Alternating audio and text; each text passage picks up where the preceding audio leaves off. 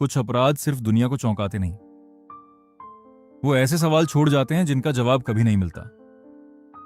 Jeffrey डाहमर का खौफनाक मामला, एक ऐसा इंसान जिसने एक आम जिंदगी के पीछे अंधेरा छुपा रखा था, और विलिस का एक्स मर्डर्स, जहां एक ही रात में पूरे परिवार को खत्म कर दिया गया और कातिल बिना कोई निशान छोड़े गायब हो गया। ये सिर्फ क्राइम स्टोरीज नहीं है, ये असली जिंदगी के डरावने सपने हैं। ऐसे केस जहां पुलिस बस कुछ कदम दूर थी सच्चाई से, ऐसे केस जहां सच सामने था फिर भी हाथ नहीं आया, और ऐसे केस जहां सालों बाद भी खामोशी ही सबसे डरावनी चीज बन जाती है।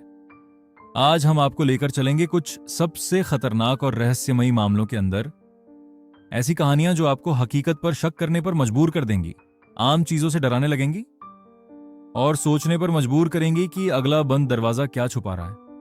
वीडियो को अंत तक जरूर देखें, क्योंकि सबसे डरावनी बात यह नहीं है कि क्या हुआ, बल्कि यह है कि आज तक किसी को सच्चाई पता नहीं चली।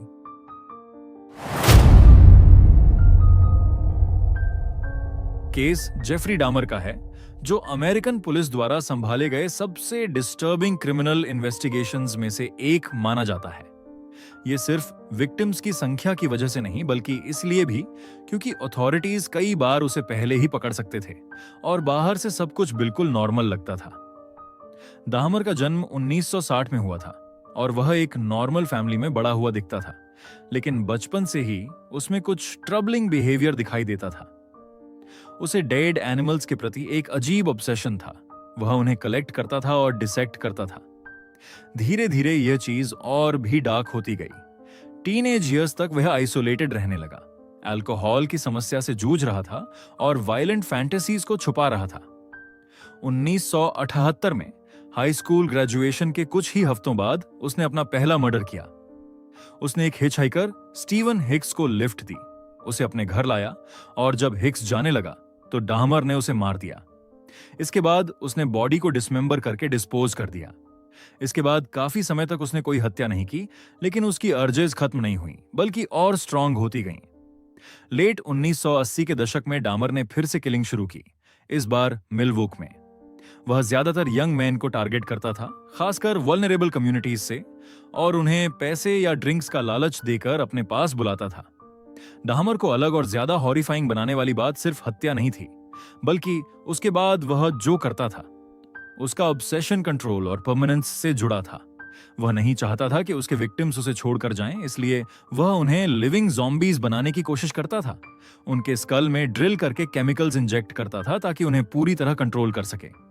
ये एक्सपेरिमेंट्स हमेशा फेल होते थे और विक्टिम्स की डेथ हो जाती थी, लेकिन वह बार बार कोशिश करता रहा।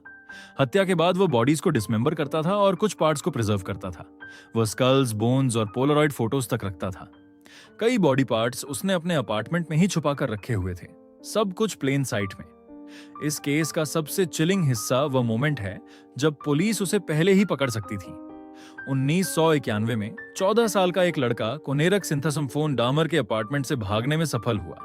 वह इंजर्ड और डिसोरिएंटेड हालत में बाहर आया। कुछ लोगों ने, जिनमें 2 महिलाएं भी थीं, पुलिस को कॉल किया। जब ऑफिसर्स पहुंचे, डामर ने काल्मली उन्हें कन्विंस कर दिया कि वह लड़का उसका एडल्ट पार्टनर है और यह सिर्फ एक डोमेस्टिक इश्यू है। लड़के की हालत और विटनेसेस की बातों के बावजूद पुलिस ने डामर पर विश्वास किया और उस बच्चे को वापस उसी के पास छोड़ दिया। कुछ ही मिनटों बाद डामर ने उसे मार दिया। यह इंसिडेंट पुलिस फेलियर के सबसे ट्रैजिक एग्जाम्पल्स में से एक माना जाता है।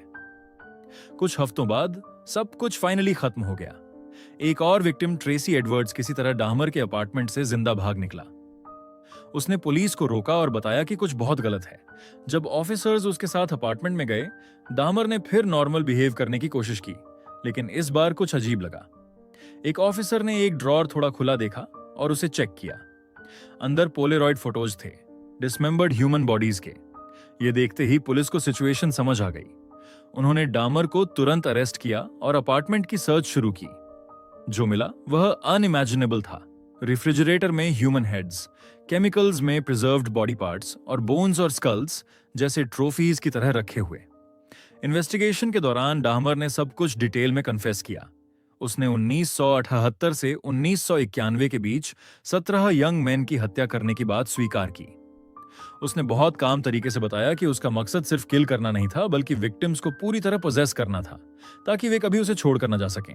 उसके क्राइम्स में नेक्रोफिलिया, डिसमेंबरमेंट और कैनिबलिज्म शामिल थे, जिससे यह केस ह्यूमन डेप्राविटी के सबसे एक्सट्रीम एग्जाम्पल्स में गिना जाता है।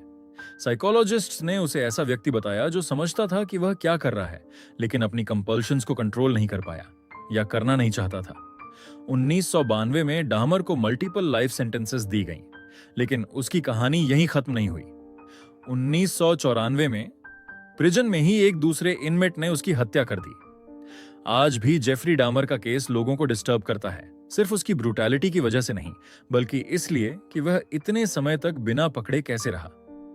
नेबर्स ने उसके अपार्टमेंट से आने वाली स्ट्रेंज स्मेल्स की शिकायत की थी, लेकिन किसी ने सच्चाई का अंदाजा नहीं लगाया। यह केस एक अनकंफर्टेबल सच सामने लाता है। कभी कभी सबसे खतरनाक मॉन्स्टर्स अंधेरे या सुनसान जगहों में नहीं छुपते, कभी कभी वे एक सामान्य दरवाजे के पीछे रहते हैं, बिल्कुल ऑर्डिनरी दिखते हुए, जब तक बहुत देर नहीं हो जाती।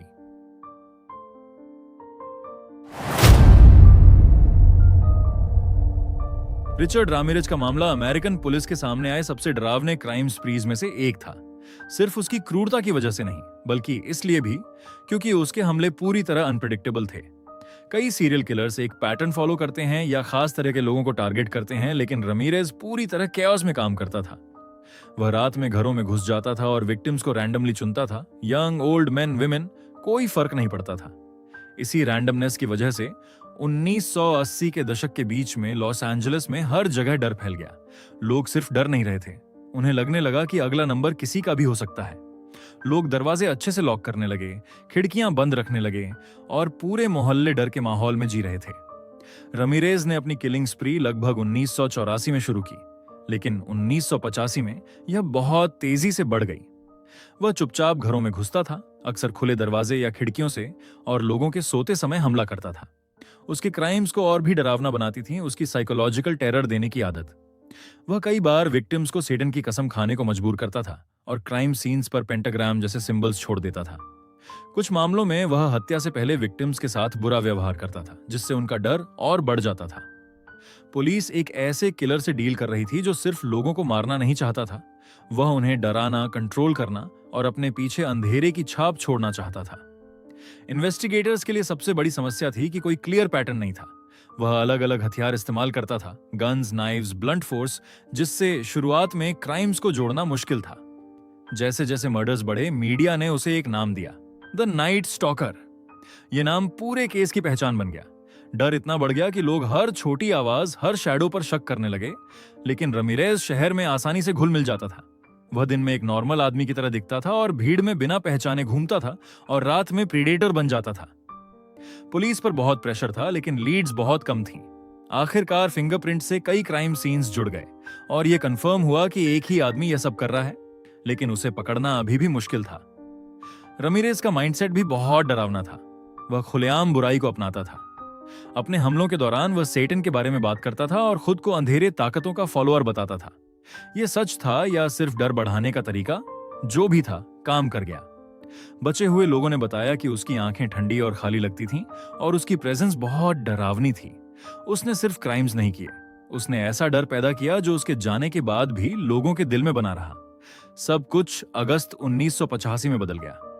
रामिरेज से एक बड़ी गलती हो गई। उसने एक चोरी की गई कार पर अपना साफ फिंगरप्रिंट छोड़ दिया। पुलिस ने उसे आइडेंटिफाई कर लिया और उसकी फोटो पब्लिक में जारी कर दी। अब हंटर खुद हंटेड बन गया। इसके बाद जो हुआ वह किसी फिल्म जैसा था। लॉस एंजल्स में लोगों ने उसका चेहरा पहचान लिया। एक दिन रामिरेज एक मोहल्ले में गया और उसे देर से पता चला कि उसकी पहचान सामने आ चुकी है। वहां के लोगों ने उसे पहचान लिया और उसका पीछा करना शुरू कर दिया। लोग चिल्ला रहे थे, उसे पकड़ने की कोशिश कर रहे थे। वह भागने की कोशिश करता रहा, लेकिन भीड़ बढ़ती गई। आखिरकार लोगों ने उसे पकड़ लिया, पीटा और पुलिस के आने तक उसे रोके रखा। कई महीनों के डर के बाद सिर्फ पुलिस ही नहीं, आम जनता ने भी उसे पकड़ने में बड़ा रोल निभाया। ट्रायल के दौरान रमीरेज ने कोई पछतावा नहीं दिखाया। वह कोर्ट में हंसता था, अजीब जेस्चर्स करता था और सेटन के प्रति अपनी लॉयल्टी की बात करता था। इससे उसकी इमेज और भी डरावनी बन गई। उसे कई मर्डर्स के लिए दोषी ठहराया गया और डेथ सेंटेंस दी गई, लेकिन सजा पूरी होने से पहले ही उसकी मौत जेल में हो गई। दो नाइट स्टॉकर का केस आज भी लोगों को डराता है। ये दिखाता है कि कैसे एक इंसान पूरे शहर में डर फैला सकता है, कोई सुपर नेचुरल वजह नहीं, बल्कि इंसानी बुराई की वजह से। इस केस की सबसे डरावनी बात यह है कि इसमें कोई क्लियर मोटिव नहीं था, कोई लॉजिक नहीं था और कोई पैटर्न नहीं था जिससे लोग खुद को सेफ महसूस कर सकें।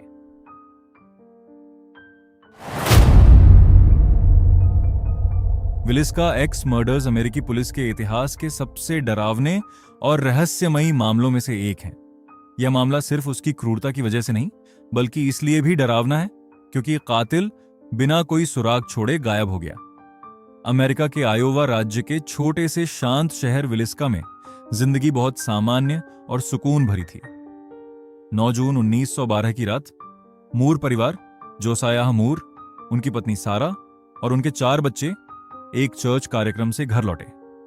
उनके साथ 2 छोटी बहनें ईना और लीना स्टिलिंगर भी थीं, जो उस रात उनके घर रुकने आई थीं। सब कुछ सामान्य लग रहा था। घर शांत था, शहर भी शांत था और किसी को अंदाजा नहीं था कि कुछ ही घंटों में उस घर के अंदर क्या भयानक होने वाला है। आधी रात के बाद कोई अज्ञात व्यक्ति उस घर में दाखिल हुआ।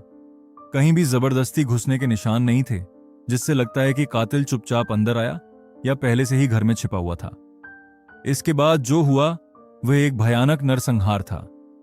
कातिल ने घर में मौजूद कुल्हाड़ी का इस्तेमाल किया और एक एक करके सभी लोगों को सोते हुए मार डाला। वह कमरे से कमरे में गया और इतनी ताकत से वार किया कि कोई भी बच नहीं सका। सबसे डरावनी बात यह थी कि कातिल जल्दबाजी में नहीं था। ऐसा लगा कि उसने हत्या के बाद भी घर में काफी समय बिताया। उसने चीजों को इधर उधर किया, सभी शीशों को ढक दिया और यहां तक कि पीड़ितों के चेहरों पर कपड़ा भी रख दिया।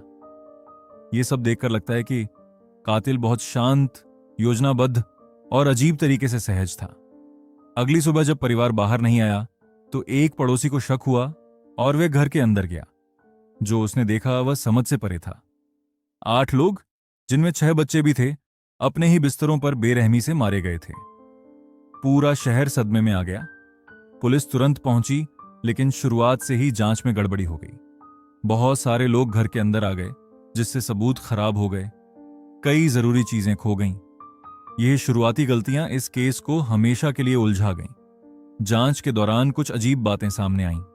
कातिल ने घर के सभी शीशे और खिड़कियां ढक दी थीं, जैसे वह किसी चीज को छिपाना चाहता हो। किचन में बेकन, मांस का टुकड़ा और खून से मिला पानी का एक बर्तन मिला, जिससे लगा कि कातिल ने जाने से पहले खुद को साफ किया था। हत्या में इस्तेमाल की गई कुल्हाड़ी को भी उसने ध्यान से घर के अंदर ही रख दिया था। ये सब बातें दिखाती हैं कि कातिल बहुत शांत और सोच समझकर काम करने वाला था। समय के साथ कई संदिग्ध सामने आए।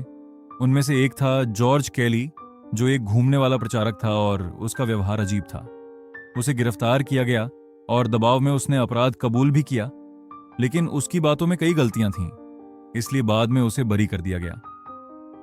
कुछ लोगों का मानना था कि यह किसी सीरियल किलर का काम हो सकता है, क्योंकि उस समय अमेरिका में इसी तरह की कुल्हाड़ी से हत्याएं हुई थीं, लेकिन कोई भी सिद्धांत साबित नहीं हो सका। आज तक किसी को सजा नहीं मिली। इस केस को सबसे ज्यादा डरावना बनाता है इसका अनसुलझा रह जाना। कोई साफ वजह नहीं मिली, न चोरी, न कोई निजी दुश्मनी। कातिल आया, पूरे परिवार को खत्म किया और रात के अंधेरे में ऐसे गायब हो गया जैसे वह कभी था ही नहीं। और सबसे डरावनी बात यह है कि वह हत्या के बाद घंटों तक घर में रहा होगा, बिना किसी डर के। सालों के बाद इस घर को भूतिया माना जाने लगा। जो लोग वहां गए उन्होंने अजीब आवाजें, कदमों की आहट और एक अजीब डर महसूस होने की बात कही, खासकर रात में। यह सच है या सिर्फ मन का भ्रम, यह कहना मुश्किल है, लेकिन यह कहानी को और भी डरावना बना देता है। विलिस्का का यह मामला हमें एक अजीब और डरावनी सच्चाई दिखाता है। कभी कभी सबसे भयानक घटनाओं का कोई जवाब नहीं होता, और जो लोग इसके पीछे होते हैं वे कभी पकड़े नहीं जाते। यही वजह है कि यह कहानी आज भी लोगों के मन में डर पैदा करती है। कोई जवाब नहीं, कोई इंसाफ नहीं, सिर्फ एक घर, एक रात और एक रहस्य जो 1 सदी से भी ज्यादा समय से अनसुलझा है।